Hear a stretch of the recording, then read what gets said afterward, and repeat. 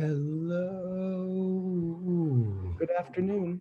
Oh, good afternoon. That was so fast. Thank you. That was Justin. Yes, thank you, Justin. Good Yeah. afternoon. Okay. Good Good afternoon. afternoon, Professor. Oh, awesome. Good afternoon, Marissa. Thank you. Good afternoon, Kimberly. Good afternoon, Jenna. I love this. This is like my favorite part now. Good afternoon. Who else we got? Good afternoon, Sheeran. Good afternoon, Sarah. Good afternoon. I love this. Good afternoon, Abby. Good afternoon, Rachel. Um, Good afternoon, Professor. Oh, and good afternoon, Aisha. That was yes. Good afternoon, Aisha. Where'd you go? Oh, you're on the second page. I just learned. I'm not just saying this because Aisha just said that. I just learned. Oh, wait, well, I'm sorry. Good morning. I mean, good afternoon, Armin. Good afternoon, Yabo. Good afternoon, Erica. Good afternoon. Thank you. Good after. Yes. Good afternoon. Good afternoon, Aaron. Good afternoon, Kimberly. Is that? Oh, good afternoon, GA. Wait, GA. Do I know? Oh, good afternoon. Yes. Oh, God, I'm so dumb. Yes. Good afternoon.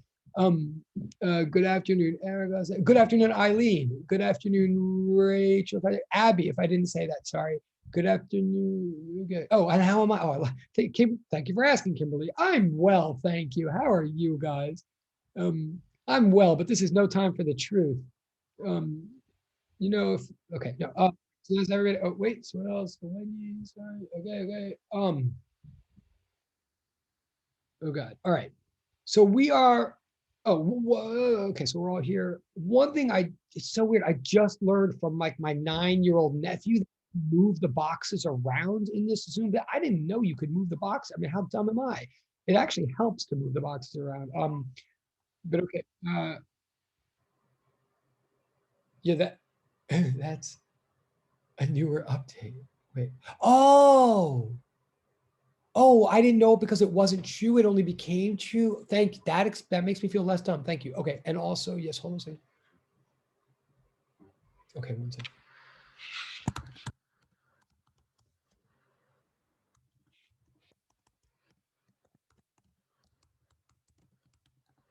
Second, everybody just one second.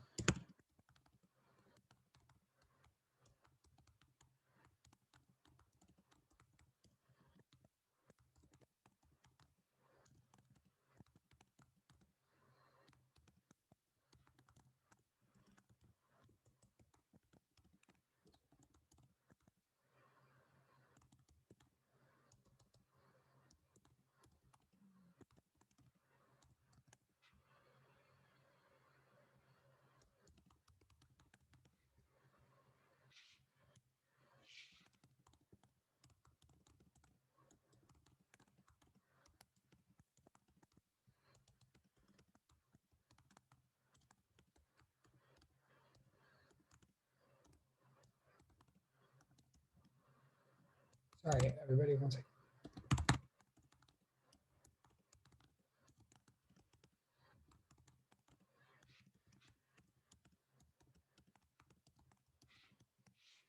Okay. Okay, sorry. So yeah, we're good. Oh, wait, someone else is here. Sorry. Okay, so we're gonna get rolling in a second. You guys are rocking and rolling, like you're on top of the homework. I really feel, and I really feel like you get it. Again, and I think as of I know I say this, but as of last night, anything you guys turned into me, I hope you got back from me. So if you turned in anything today, I haven't done it yet, but you're gonna still. I'll accept. We're gonna hopefully start getting to homework 3 today. I think right, but I'll still totally accept anything and everything. Just to make that clear again.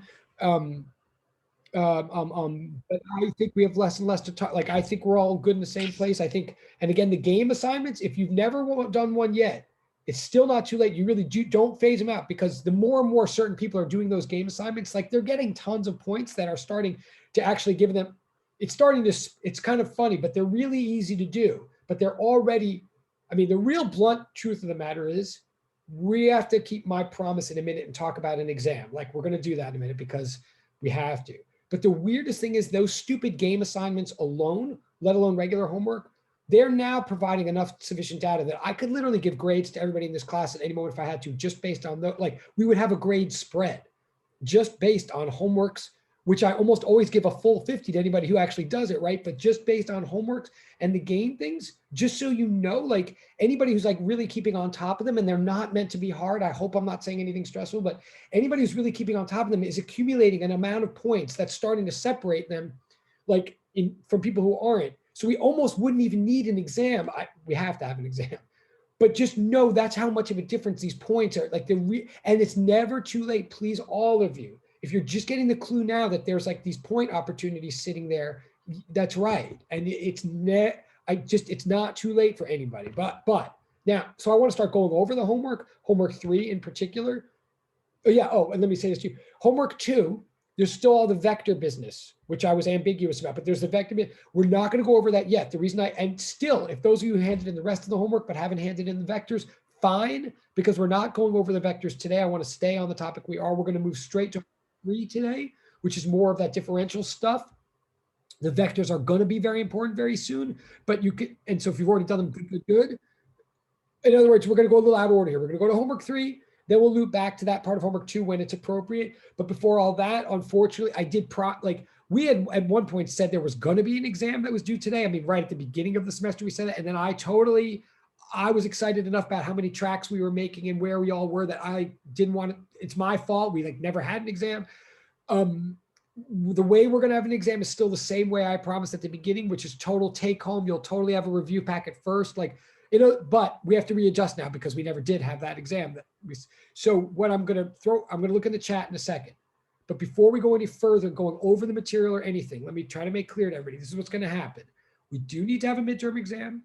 What will be on it will be about pretty much the level of material that we're at right now. Like, it's not going to cover a lot. That would be the good news.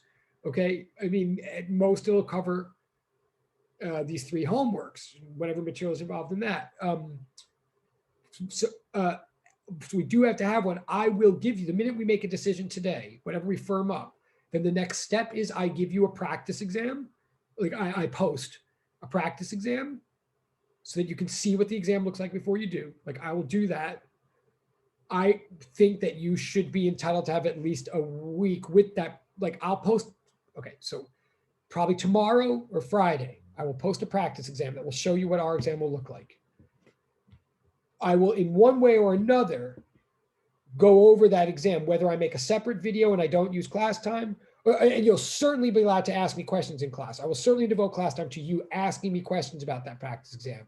But as far as actually going over it and or providing solutions, depending on timing, I'll either do that in a separate video that I'll just post, or I'll hand you a document that has solutions in it, or any piece of that exam that I say, I'm not going to give you solutions to this. If I say that, if I say or if you just don't get, if there's a certain part that I just don't give you answers, that's my way of saying you're guaranteed to have exactly this question on your exact exam. And since you can all go on the web and blah, blah, blah, blah, blah, that blah, blah, right? So, yeah. Oh, yes. Hold on a second. I think the answer is, I'm going to look in the chat in a second, but I think the answer. Okay. These are great. I'm seeing things pop up in the chat. Let me answer all these in 1 second. I just want to say right now that what's going to happen no matter what is I give you guys a practice exam, and somehow I give you responses to that practice exam, whether I walk through or write through or whatever.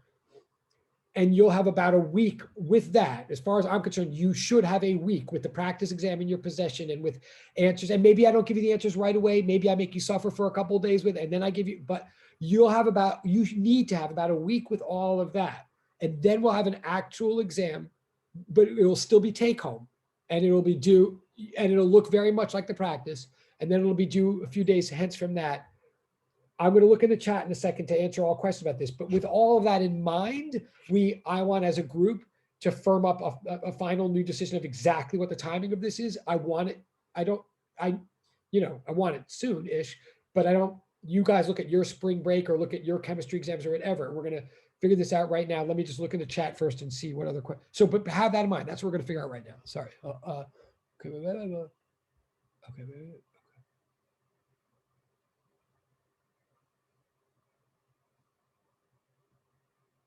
Okay, 1 second.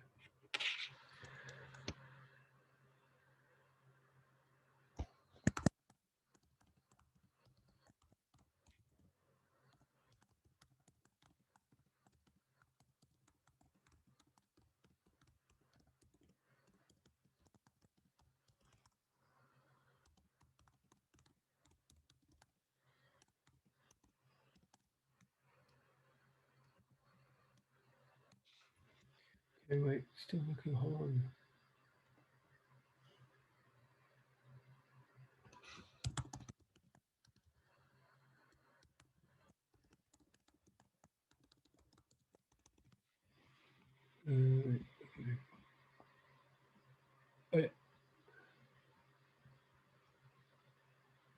Oh.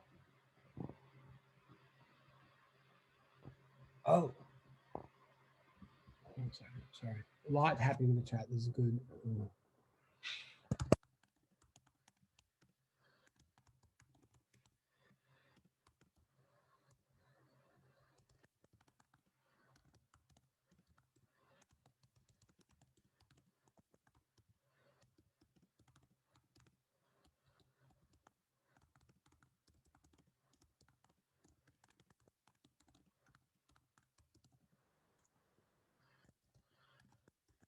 Okay, sorry, I'm just catching up with the chat. Oh, okay.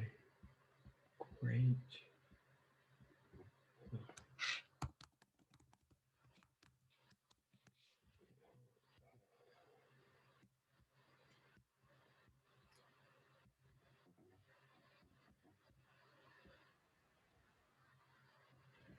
One more second.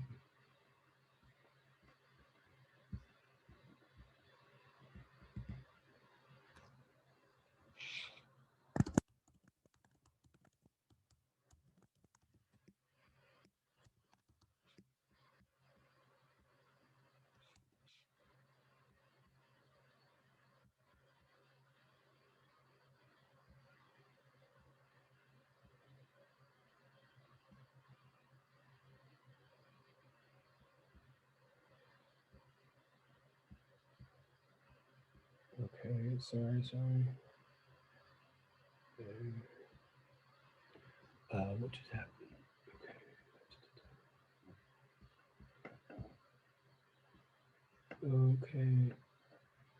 Okay, I think.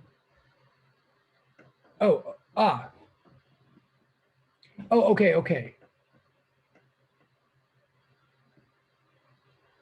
Okay, so yeah, we're going to discuss it. So there's one other, so Kimberly's question in the public chat, very good question, fair question.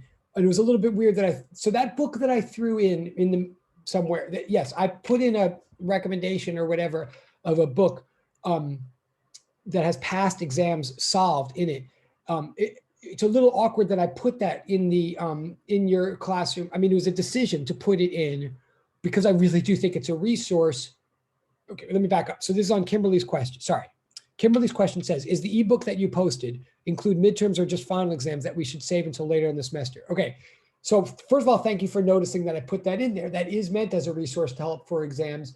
Very good question. That is 100% for the final exam, if useful at all. I should back it, like it won't help for the midterm exam. So I'm putting it in extra early, if so to speak. It won't help for the midterm exam, that book that I put in, that book that's called Backfields. Also, it's totally optional. This is a resource to everybody. It's an optional resource. But I'm glad Kimberly noticed.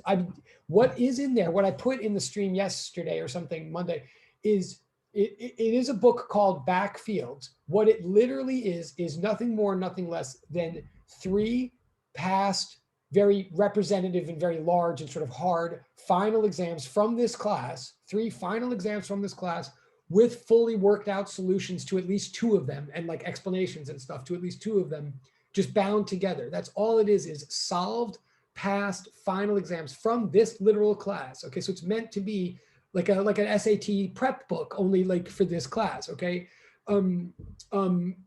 I do think I put that there because I think for the final, but when we get there, it's like there's nothing more useful I could do than give you prior exams and solutions, right? And of course, there's many more prior exams, and you can find them in the MSRC or you can find them on the Weber stuff. Like in physics, I hope you all realize at this point, we don't consider getting past exams cheating. We consider that like, we want you to have as many past resources as you can have, but we also don't want one person to be in an advantage just because they have an older sister or something, right? And like they have all these past materials, or they go to the MSRC or something, and then someone else doesn't have those materials. Like it's all fair game.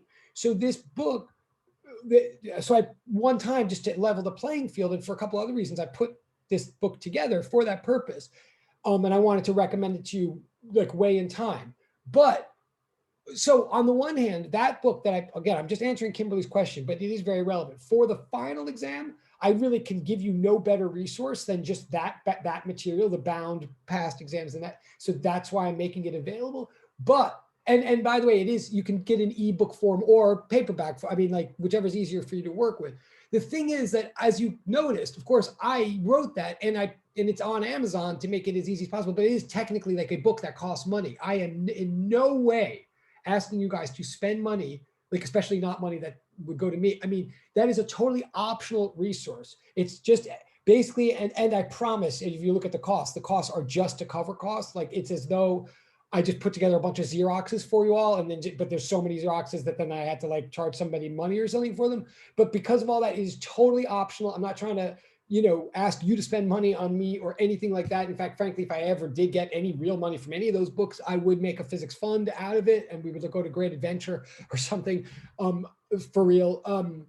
But so it's completely optional. If it's helpful at all, it's only for the final exam or for putting together all the later material of this course. It's not helpful for this one. It is not required. And also, when we get there, I'm going to try to give you those materials anyway, the same materials that are in the book. I'm going to try to like put them on for free to give to you guys. Like it's hard to put them all together. That's why I was doing that every year, and it was just a big pain in the butt. So that's why I made the book out of it. Also, secretly, I made the book to screw with Chegg. We could talk about that if you want to, but really that book was my revenge on Chegg because it pissed me off so much that he makes money publishing bad answers to my questions. I figure, well, I might as well publish the correct answers to my own questions and scoop him. But but I'm not here to ask anybody to like spend money on that shit. Okay, but that's what that is. Now, oh yeah, oh right. Oh, right. Yeah, definitely. Sorry, I'm talking to funny. Wow, Andre. Good. Wow. I don't. Good call. Thank you. Yes, that's a whole other thing. Don't get me started. But now on Kimberly's thing too. Yeah. Do not. Right. It will confuse anybody who looks at it. So I almost shouldn't have put it there. That's the later material. It might intimidate or confuse you to look at it now. So no, I will give you past exams from the from the midterm, to help. Okay. So that's a lot. Sorry. All of that. Can assuming that I would give you a review packet, a practice test, like by this Friday, like maybe not tomorrow, but by this Friday, I would have it in your Google Stream. Then the actual exam, when it would actually be due, is what I want to ask you guys. Let's put it, well, it's almost stupid. Like my recommendation is that you make the actual exam due on a Wednesday so that you can study all weekend and we can answer questions on the Monday. That would be my recommendation, that I post something, like on a Thursday or whatever, then you have all weekend to look at it and try and stuff. But then even on Monday, I could still answer questions, and then you turn it in on a Wednesday. That would be my recommendation. So even saying that, I'm saying you might want to think about something like 2 Wednesdays from now. That would be okay. To make it concrete, even though I said something earlier before, like that, we've passed that point. I'm recommending now that we say that I post practice materials by this Friday, and that I post practice materials, right? And then I post the actual thing the next week. So I'm proposing now. I'm going to walk away and ask you to talk about this for a second. I'm proposing that we change our original plan, or postpone our midterm to make the actual midterm due 2 weeks from I'm but you're probably going to tell me that that's spring break now, without a doubt. But I would have said let's make the exam due the 24th of March, but I don't know if that's spring break or not. But it's totally up to you. So I'm going to walk away. So you tell me in the chat or publicly or privately, either say, yeah, we agree with that it'll be due March the 24th, or tell me something else, please. But I'm going to walk away so you can talk.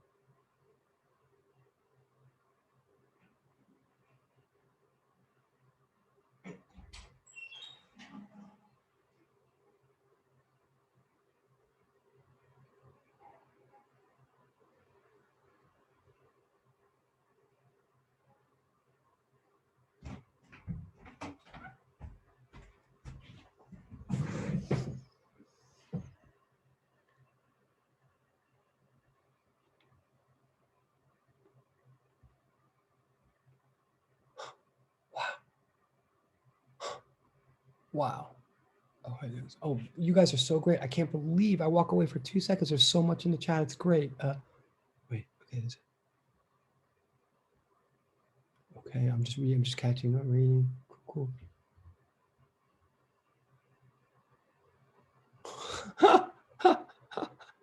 The faster you die, the less. Okay, yes, that's true. Okay. Okay. That was a very. You guys sure know how to have a conversation. I think. So this is what I think I'm here. Why?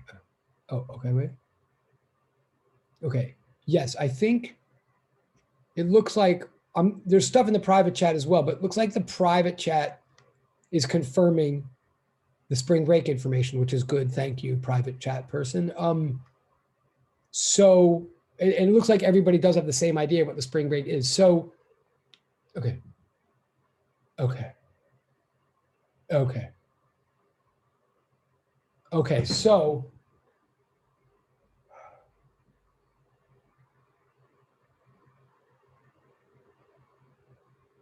I think this is the fastest way I can say this now then, because I don't want to drag this out more, because really, clearly you guys all did participate in this discussion. Thank you. I'm going to say here, it sounds like we're saying that it sounds like we're saying we want the exam to be due Wednesday Wednesday the 24th, we're saying. That would be due the 24th. That would mean I would post it like the Thursday or Friday of prior, the week prior. That means Monday, you would still be able to ask me questions about the actual thing itself. Like, and if there's some errors or something, you'd be able to bring those, blah, blah. That means that the whole prior week could be working on the practice exam, which I'll give you at the end of this week. All that makes sense to me. So what I'm going to say here is, so with those particular details to follow, but I'm going to say, if you have any concern or issue or objection or question, if you have any concern with our actual exam being due Wednesday 24th, then please right now in the private chat, or if you want in the chat, if you have a concern or objection, if you're voting against, and I'm not going to hold it against you, or even if you're just voting against, if you don't like this idea of the 24th for whatever reason, and you don't have to tell me the reason, but just put it in the private chat right now, just so I can like do a head count or see. Is that clear? So if you don't like the idea of the exam being due on Wednesday, the 24th, please put your say so in the private chat right now. Or something. Is that? Oh, sorry. I didn't have an objection to the exam date, but I just wanted to clarify some other due dates. So for the practice exam, we'll get it this weekend, and then it'll be due on Wednesday. Oh, wait, that's a really good question. I'm sorry, hold on. That's a really good question, Alyssa. Like with the practice exam, it's never actually quite due as such. You never actually turn in the practice exam for a grade or for anything. Still a very fair question. It's still a very fair question, but just to be, so I can be as clear as possible, right? I would try to give you the practice exam tomorrow or at latest this Friday. And then the point is then the point would be that you'd be working on it and asking me questions about it like all through next Wednesday, for sure. And then the day after is when I would post the real thing. But does that make, okay? Yeah. Yeah, that makes sense. Yeah, okay. I just wanted to clarify that you would want us to at least have thoroughly gone through the practice exam by Wednesday. Yeah, that's right. Right. For your own sake, right? That's right. That's right. Right. Thank you. No, thank you. That's a really good question. Okay, hold on. Okay. Okay, hold on one second. One second.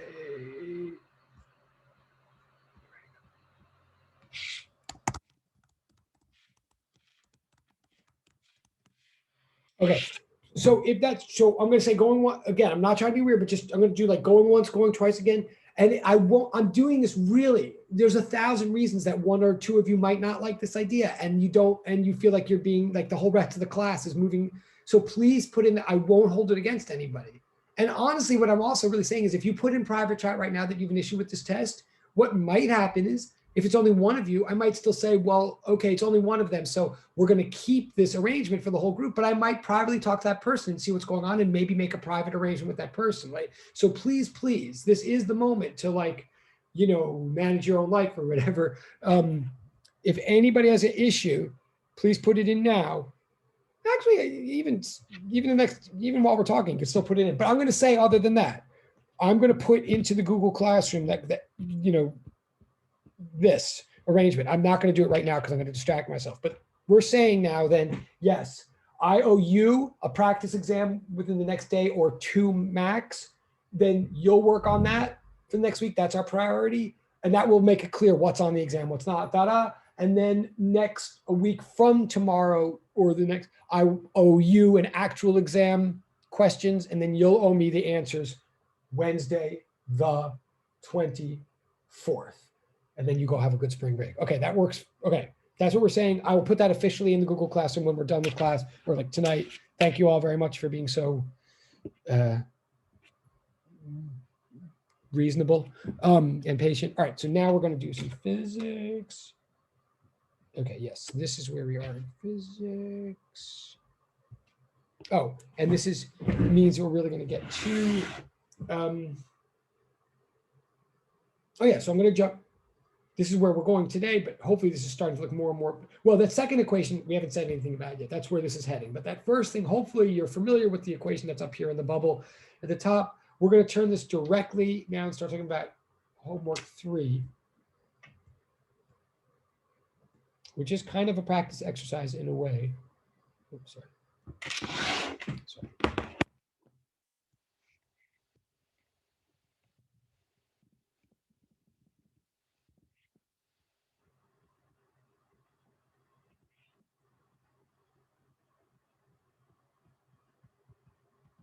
Okay. Yeah, this is meant to be an exercise. This is meant to show how harmonic oscillation can apply to any dependent variable you can imagine. It doesn't have to even be measuring anything in space. It's always measuring something in time, but and this homework, it is really practice. It really is an exercise, and that's why it's called hypothesize, because I do want you to know this is all plausibly realistic, but it is just that, plausible. This is not, temperature does not tend to do this in this blatant a way. But all right, the key thing here, you're given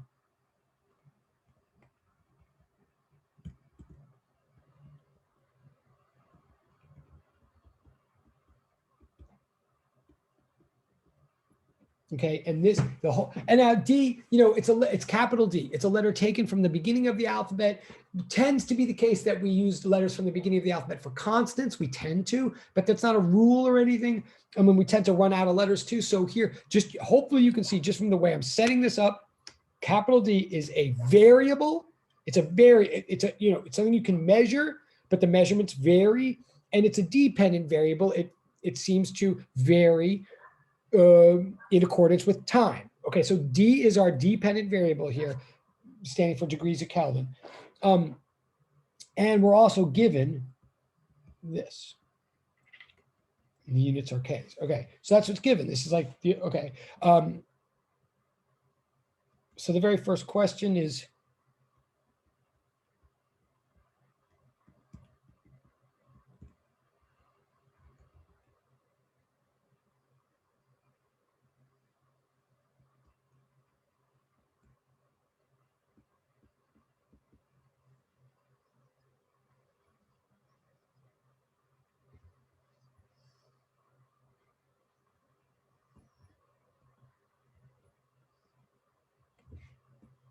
okay. The clunky, awkward English of question 1 is what it's trying to say is like, okay, when's the next time the temperature is going to be 300? I mean, the temperature starts at 300 K, you know, like 27 Celsius, whatever. We're asking when's the next time that this will happen again. So we're kind of asking what's the very first time this will happen after the initial one.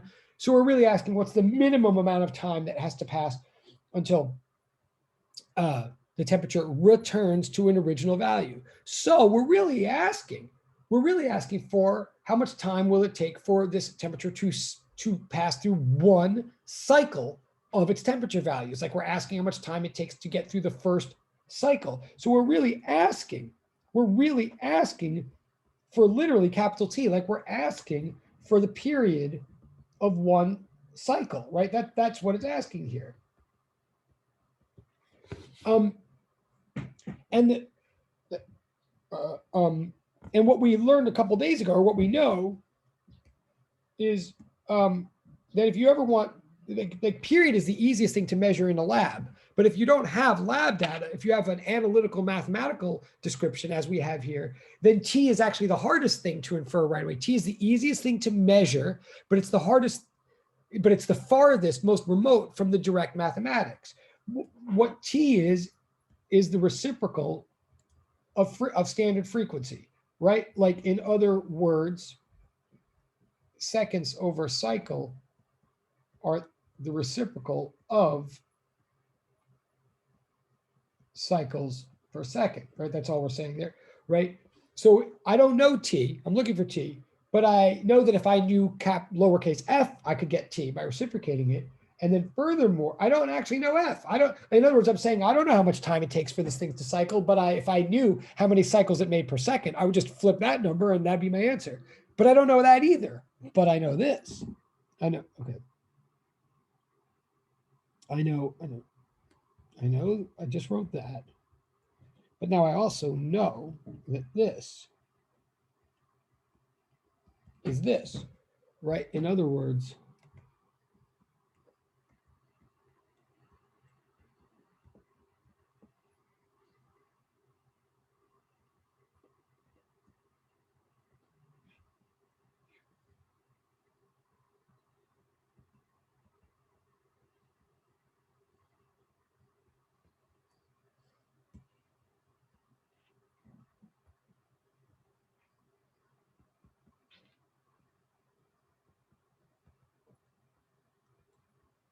right? So in order to get T, I need F. Now I know, well, this is just the way I'm talking about it. In order to get T, I need F. In order to get F, I need omega. Omega is the thing that I directly know from the math. Like the ultimate, all of this reverse engineering that we're doing, all of this picky differential stuff and looking at E's and cosines and everything, it's all in the end to give us this really heavy tool and this really heavy, like all this thinking that we're doing instead of raw memorization, which some of us would be more comfortable with, is all to give us something that we can now rawly memorize and take to the bank for the rest of our lives. And that is this, that what we know, sorry, we're looking for T. T comes from F. We're looking for F. F comes from omega, and omega directly is part of the differential equation. Like we know, if there's one thing, like our whole midterm exam in a weird way is about this one thing that we've learned from this class so far mathematically, that of course at a certain, once we get it, is like very boring, and there are good reasons why certain people in this class want to move on to other stuff. Like that one boring thing that I'm trying to say over, it's really not boring. I find it very exciting, but the one thing that we're trying to say over and over again is that if we have something of this form,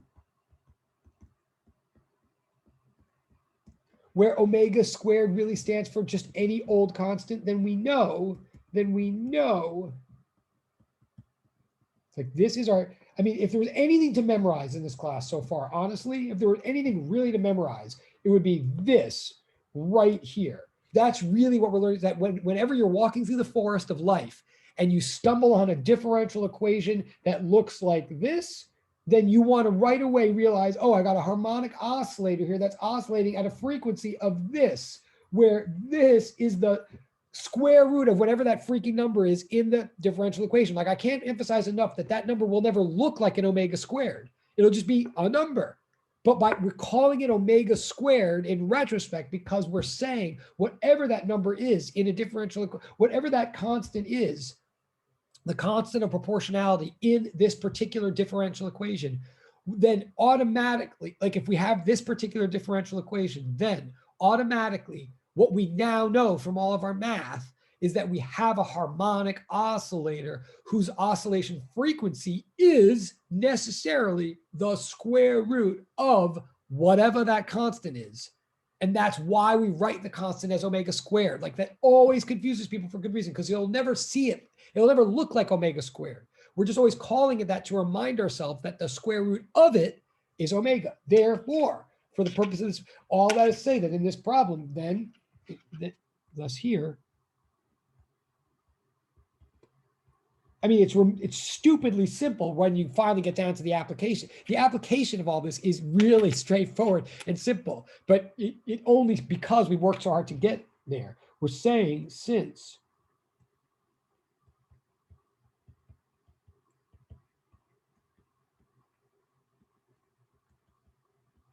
we are just automatically saying, oh,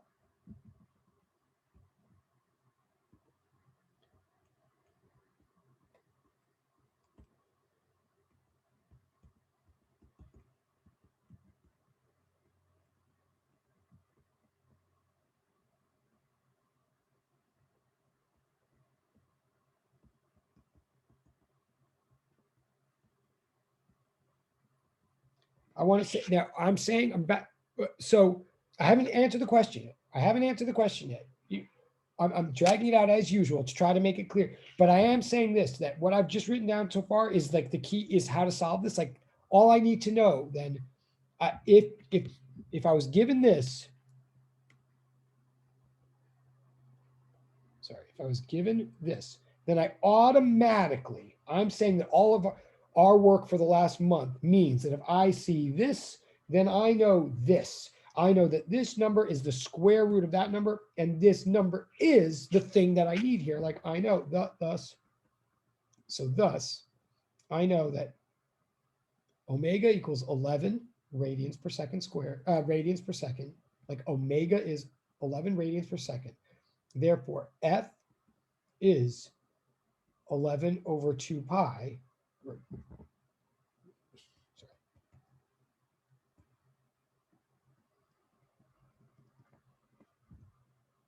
Which I think you get like 0.571, or no, yeah, no, sorry, 11 divided by 6, sorry. You get the reciprocal, sorry, you get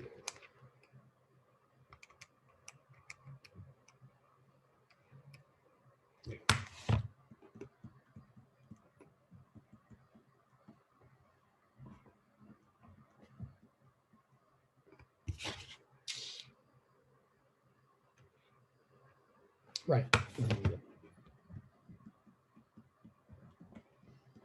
Like, I shouldn't have the answer so small here at the bottom, but I am trying to say the answer to the first question on homework 3, the answer is approximately 0.571 seconds, which tons and tons of you got.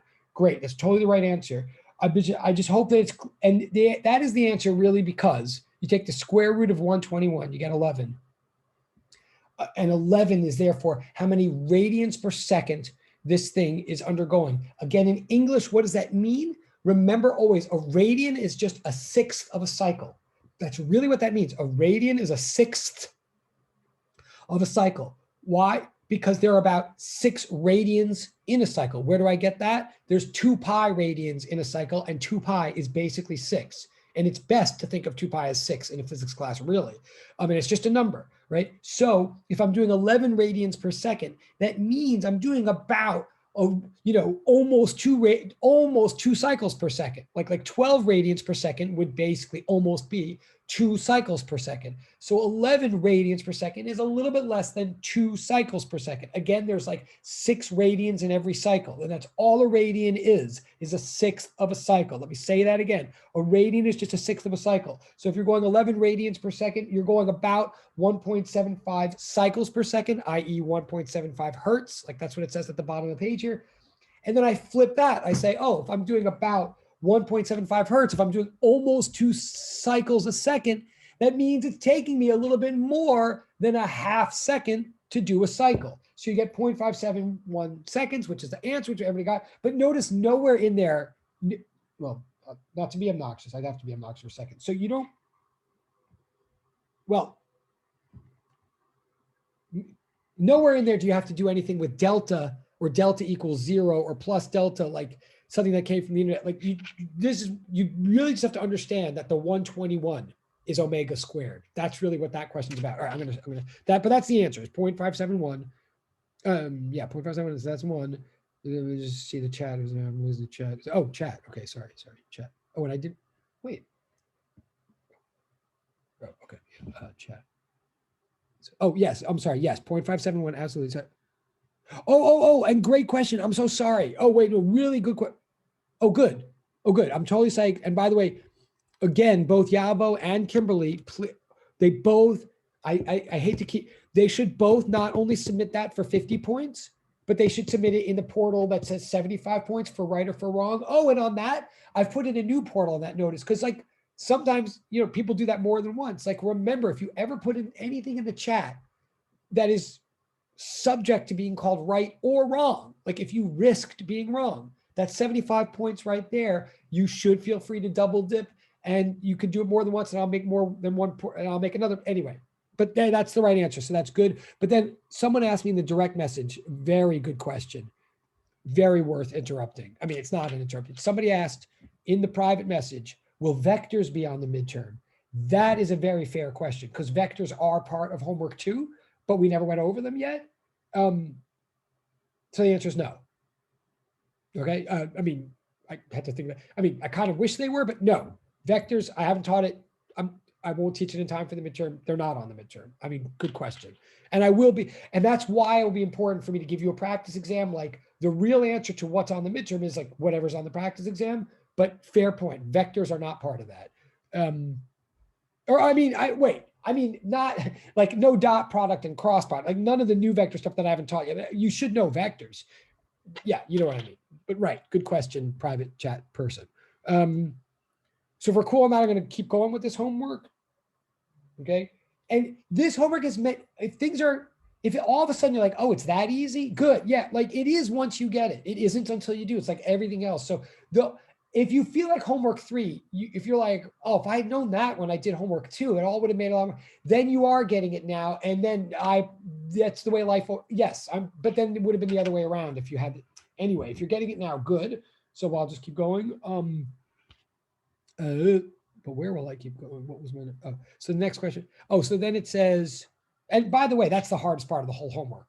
Once you get that, the rest is now plugging and chugging because the rest says, all right, what will the temperature be? What is the temperature once 200 seconds have elapsed? So now we're still saying the same given. We're still saying given, blah, blah, blah.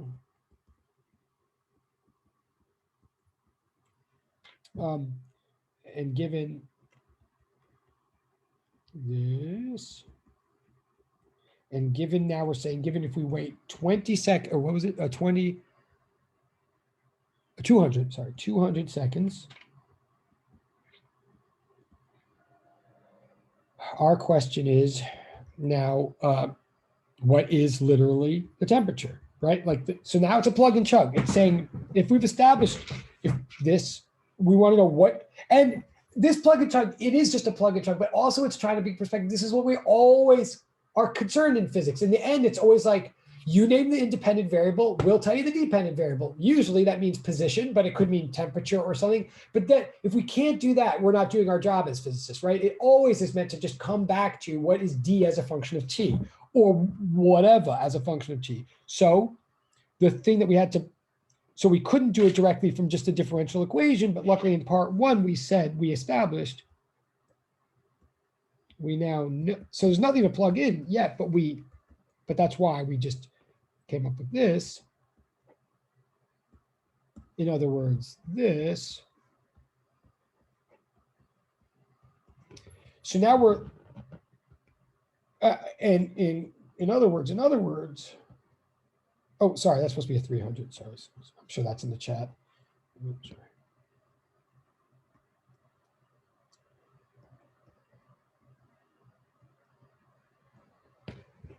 Right, right, okay. So now we are just plugging in and we're really trusting ourselves. Now, if we're gonna plug in, we're gonna trust that this stuff really makes sense, which means we're gonna punch into our calculator, and you're literally going to do 200 times 11 and take the cosine of that, just like it says, which sounds really weird, the cosine of 2200, like what? But remember, if you're better, you were in radians here. I mean, that is literally, sorry.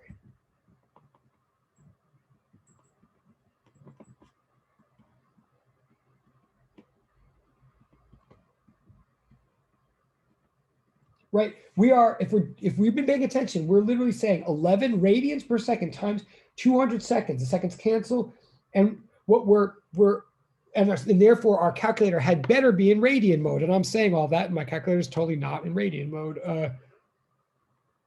because my son is trying to use it for Pokemon. No, because Pokemon of course uses radians, not to because they're smart people.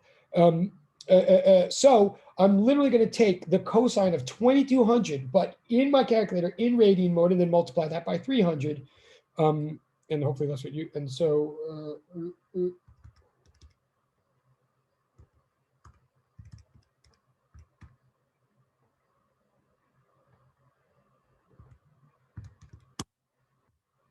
right. And I think I get, wait, I get 2.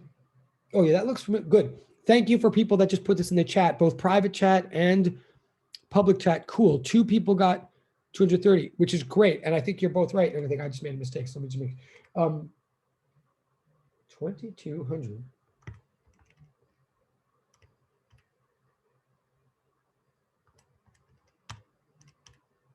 Why am I getting, that's funny. I'm actually not getting the same thing you guys get. It's cosine of 2200 times 300, right? And you guys are getting some, why am I not getting what you're getting? Cosine of 2200 all times 300. And I'm not getting what you guys are getting. Why am I not?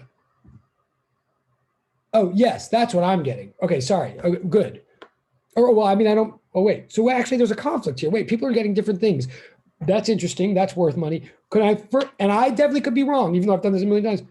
Yeah, no, definitely the calculator mode matters. You have to be in radians.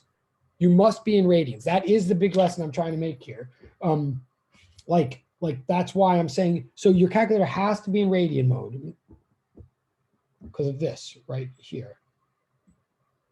So if you're in yeah. So we want to be in radian mode, and rounding is totally fine. I'm looking at the chat. I'm not going to respond to every one of these chats, but again, if you're putting in the private chat, that counts. It's fine. And yes, if you rounded to 190, you know who you are. That's totally fine. It says 3 significant digits. But then are we all in agreement that the 230 thing was an initially like hasty reaction because we want to be, because these things do assume radians. This all makes sense. Only like all of this assumes that there's 2 pi radians per cycle. There might also be 360 degrees per cycle if you want to say that, but you haven't entered that in the, like you'd have to enter that in the math to acknowledge that. So, okay. So I think the answer here is approximately 190 Kelvin. Okay. Yeah. Wait, 230? Yeah, but wait. Oh, sorry. Yeah, I think it's everybody caught up now. Like I know some people got 230 initially, but that was because of degrees, right? And do you see that actually we do, it's not like in life, radians are more correct than degrees, although they are better. They are more direct, but they're both correct. But it's like everything else in physics, you have to choose the coordinate system that you're in. And if you don't, and even if you don't consciously know what choice you made, it doesn't mean you didn't make a choice. Like, so put one other way, I mean, this is the thing in physics is, the cool thing in physics is we have many more choices than we ever might expect in science. But the bad thing is in physics is you have no choice but to make those choices. You make a choice whether you know it or not. So the real, and then if you don't stick with it, then you're in error. So it's always important in physics to really be conscious of our choices. We are in radians here unless we do something to get out of radians. So I get the answer 190, but can I also point out that, oh, cool. Okay, cool. Well, thank you. Can I point out that anybody who got 230 first also should not beat themselves up or anything. Because one thing about 230 and 190, they're both very reasonable looking answers.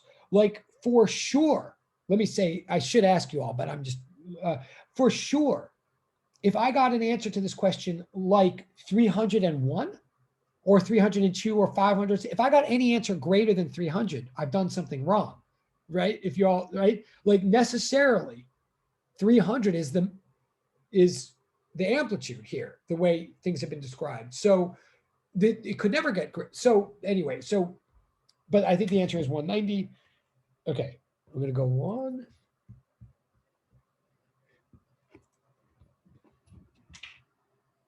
Ooh. Oh, thanks. Sorry.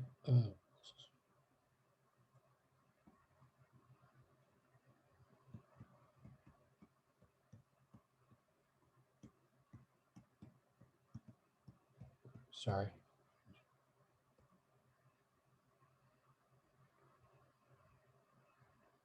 Okay, so now I'm going to go on to part 3.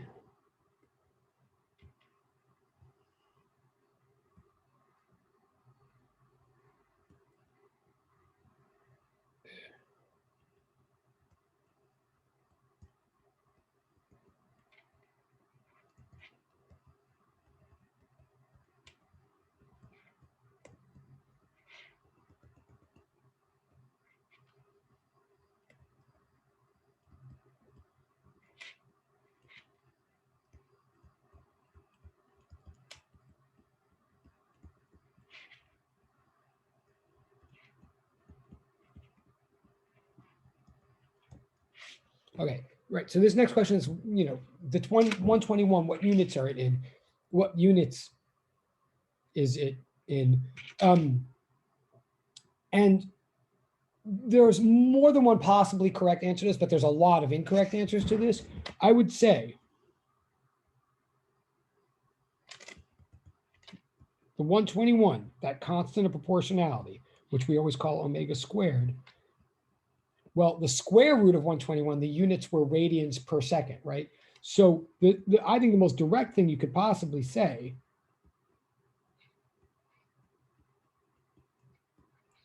like, I think this is, I mean, I think the most straightforward answer you could give to this question is that 121, or whatever that constant is, the constant of proportionality in the differential equation, I think the units of it are radians squared per second squared, okay, because it's omega squared, and omega is in radians per second. But it is true that 1 radian by definition equals a meter over a meter, right? So strictly speaking, a radian is just a placeholder of a word. It's not actually a unit of MKS the way, I mean, it's a little tricky. Radian is a word that stands for a subdivision of a circle, but it's a subdivision. A radian is like a sixth of a circle, but literally a sixth. It's not a sixth of a meter or a sixth of a foot or anything. It's just a sixth of a circle, and circles could be of any size. So strictly speaking, a radian is not actually a standard unit of measurement. It's a placeholder. So therefore, if you say something like this,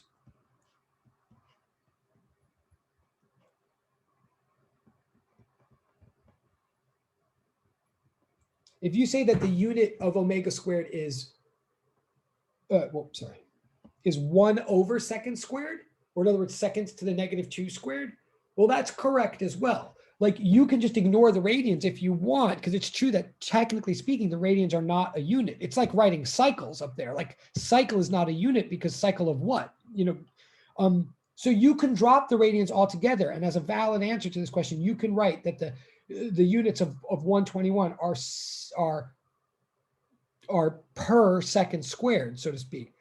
But but the reason I'm asking, so either one of those would be an acceptable answer, but what's not acceptable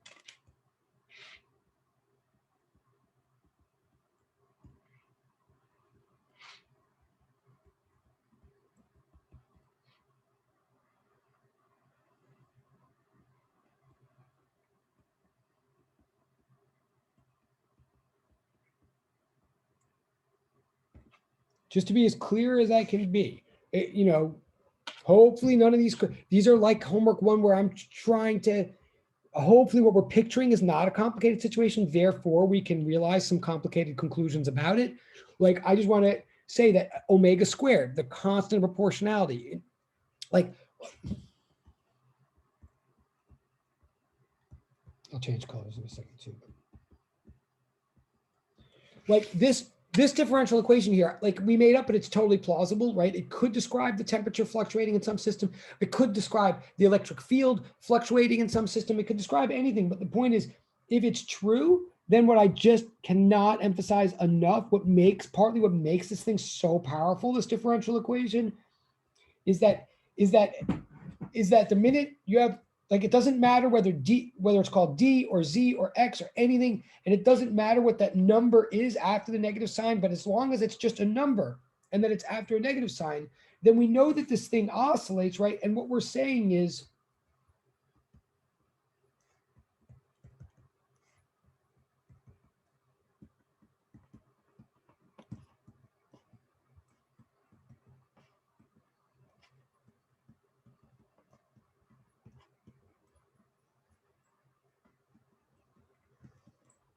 just notice that, first of all, the units of 121 are not radians per second. Like, you do have to, it is radians per second squared for one thing. And then you can get all fussy about the radians or not. But the main point of the units of 121 is that they have nothing to do with the D units. There's no temperature being discussed at all in the 121. The 121, in other words, D is talking about temperature and D naught is the initial temperature. But the 121 is just how rapidly that temperature is fluctuating. In and of itself, it's a rate. It has nothing to do with temperature. And that's always true. Like, no matter what your differential equation is, I mean, if it's a harmonic oscillator, I don't care what's oscillating. The constant, that number, is just talking about its oscillation rate, not its oscillation ingredients. And why I'm emphasizing that again is,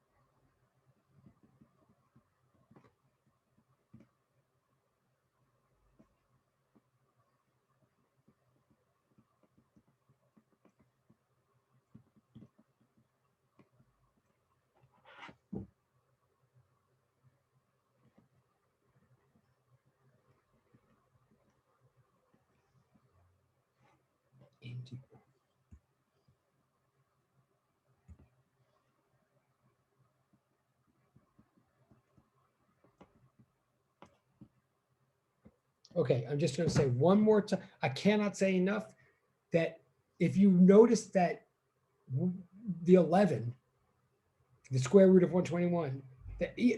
If you notice that in this system, in this system that's all about temperature fluctuations, there's only one number given to us, that's 121. And I'm trying to, well, there's two numbers, also 300 is given to us, but I'm saying that 121 doesn't, it's totally describing something about a temperature behavior, but itself, it's not measuring any aspect of temperature. It's only measuring a cycling rate.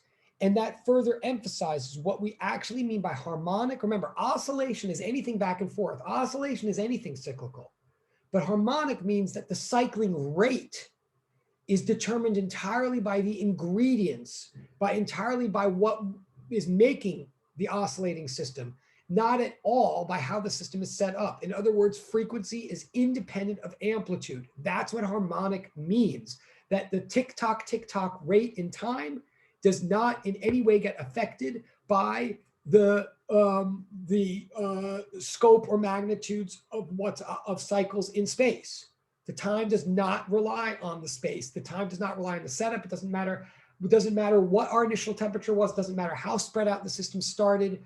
It's going to cycle at a certain given constant rate called omega, measured in radians per second, independent of degrees Kelvin. And that's what we really mean by harmonic, that the omega is independent of the initial or maximum value, okay, of the dependent variable. Okay, just another. So the answer to that one, to that question, is radians squared per second squared. That was 3. Okay. Let's do 4, and then we'll again. If there's any I think okay. So now 4.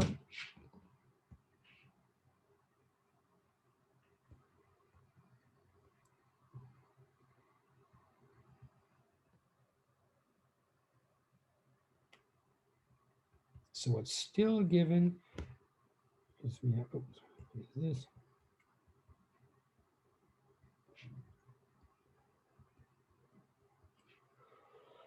And this. Oh, well, I guess I'm sorry. That's given. And the other thing that's given is, oh, yeah.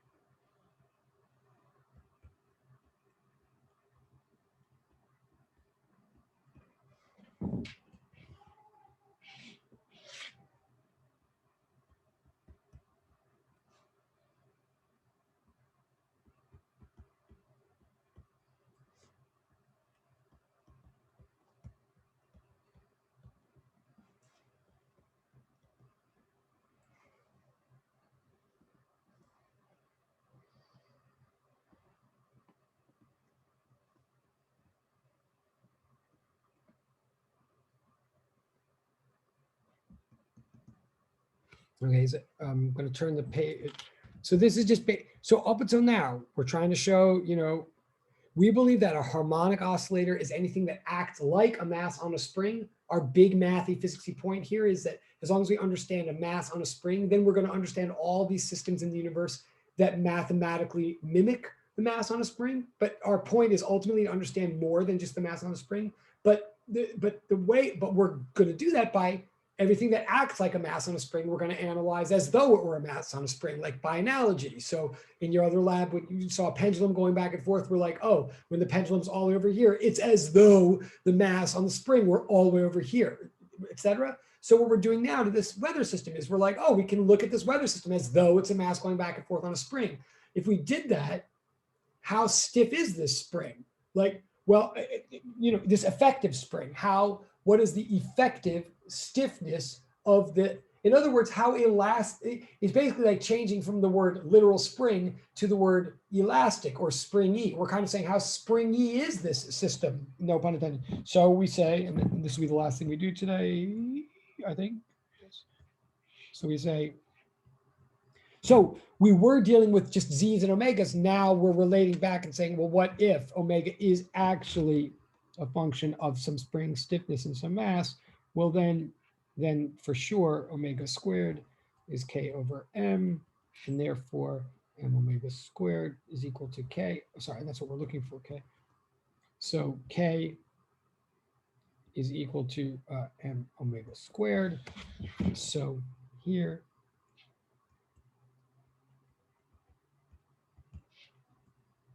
and I already forgot what the mass was already. Of course, the mass.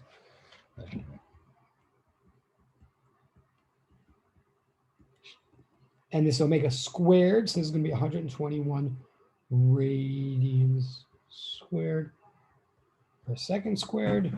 And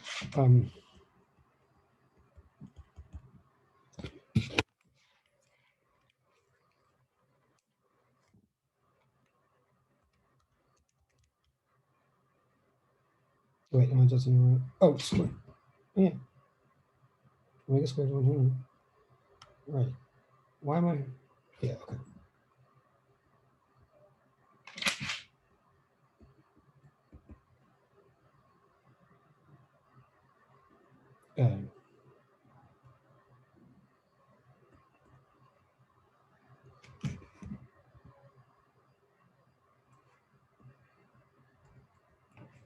Now, let me pause for a second. I believe this is the right answer. I'll check you. I think that's what people got in their homework. Like, stop me if that, it seems a little unfamiliar, but I think that was the answer. 9,680. No.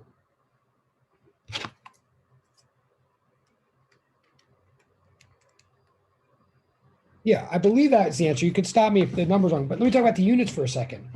Like, according to what I just did, my answer, if the effective stiffness of this effectively elastic weather system is like 9.68 times 10 to the 4th kilograms per second squared. Now, why I say that? Well, I mean, first of all, I'm getting rid of these radians are there, but remember, radians are not a technical unit, so I can drop them out if they're confusing me. So I get kilograms per second squared, but a good question is that the appropriate units for K? Like, this seems to be saying that the units of K could be in kilograms per second squared. That seems kind of odd. Like, so let me just remind myself what K was. K in the first place came from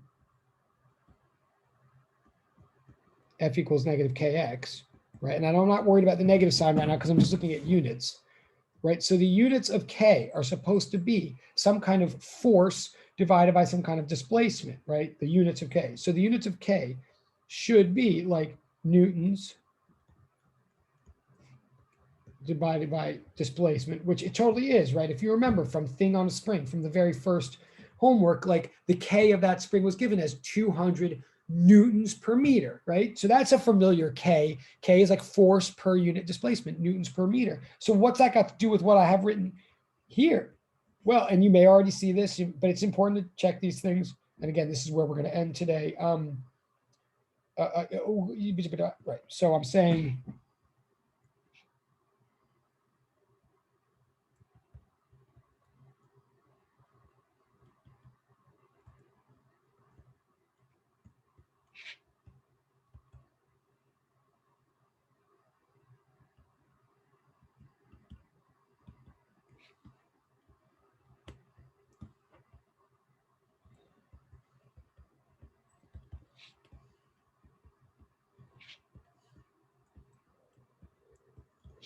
right, like K should be newtons per meter, I'm just checking, but we seem to have just gotten a K that's in kilograms per second squared. Is that okay?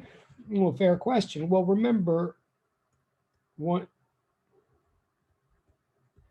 1 Newton, and I'm saying that I would turn this to you, but I'm going to say this fast because I know we have 4 minutes. Newton is a unit of force. Force comes from Newton's second law, F net equals ma, right? So 1 Newton must equal 1 kilogram of mass. Oops, sorry. 1 Newton is 1 kilogram of mass times 1 meter per second squared of acceleration, right? And so 1 Newton per 1 meter, which apparently is what we're looking for, would equal 1 kilogram over 1 second squared. I just did that fast. But in other words, I'm saying, oh, this does work. This does work, right? A Newton per meter is the same thing as a kilogram per second squared, because a Newton is a kilogram times 1 meter per second squared. And we just divided out the meters. I don't know if I did that too fast or too slow or whatever. But so I think our answer is thus yes. Our final answer for this, and we'll circle it and we'll call it a day, I think.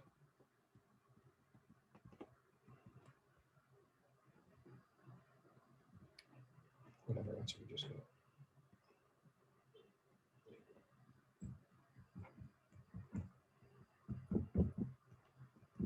And so you could write the final answer either way you want, but so that's a very, very strong spring. That's a very strong system. Oh, okay, wait, sorry. Let me look at the chat. I think since we're, oh, no, chat. Hold on, sorry. Oh, cool. Oh, sorry. Yeah, no. And that's really, I'm so glad Marissa, okay, first of all, I'm psyched with Marissa's answer. I'm psyched with Aaron's answer. I'm psyched they both put that in. We have 2 minutes left. Let me say, that is my bad, and I'm glad right. If you never know when and the answer is always, but I should be pausing more. I mean, I tend to rush at the end when I just want to get things out, but I much prefer you guys giving the answers than me. So I'm glad. So yes, thank you for reminding me that I'm not always making that clear. Like whenever, I'll take answers and stuff whenever. I'm a teacher, so I'm afraid of silence, because it's awkward. So I just keep talking until, but no, I will pause more for the answers. Also, I realize I've been watching these, whenever I get these questions in the chat, especially like private questions, I'm going to say this now. I always get nervous because they're private for a reason. So I don't want to, mess with the person that privately chatted, but they're 99% of the time really good questions that are worth answering. But I realize looking at some of these tapes that if so I make the choice. This is the last thing I'm going to say today. We're not going to do any more physics. The last thing is 129. I make the choice to take your questions seriously enough to then like answer them for everybody because I think that they're good for everybody. But if you're making the election to send me a private question, I want to respect that it's private. So I try not to read your name out, obviously, but I hope you guys don't mind when maybe send me a private chat if you object to this. What I'm tending to do is if I see a private question, I won't read the person's name, but if I'm going to address that question to the group because I think it's valuable, I'm going to try to make a better habit of literally reading the question out loud. I realize I wasn't doing that because I didn't want to embarrass the person. But as long as I don't say the person's name, I'm probably am going to start reading the questions out loud if I think it's good and worth addressing, because otherwise you guys don't know what I'm talking about. I realize that if I'm just like answering so please tell me if you have a problem with that. But in general, if you send me something privately, if I think it's good, I'm going to read it out loud so people know, and I'm going to answer. I just won't say that it's you. Okay. But okay. But I think that's enough for now, even though I know there's 3 more questions on the sheet, but I don't want to cram.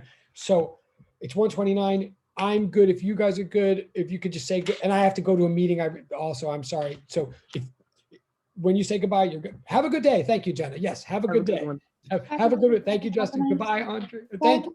Thank you. Bye. Thank you. Bye, Kimberly. Goodbye. Thank you. Awesome. Goodbye, Ellen. Goodbye, Rachel. Thank you. Goodbye. Goodbye, Sharon. Thank you. Goodbye. Goodbye. Yes, Rachel. Goodbye, Ellen. Good. Thank you. Awesome. Bye. Bye. Thank you. Bye. Thank you. You're welcome. Thank you very much. I appreciate it. Okay. Bye. Cool. Bye. Thank you. Bye. Oh. And Sharon and Heaven, you guys are good. You're okay. You're okay. And Heaven, you're good. Thank you so much. Goodbye. Bye. You're good.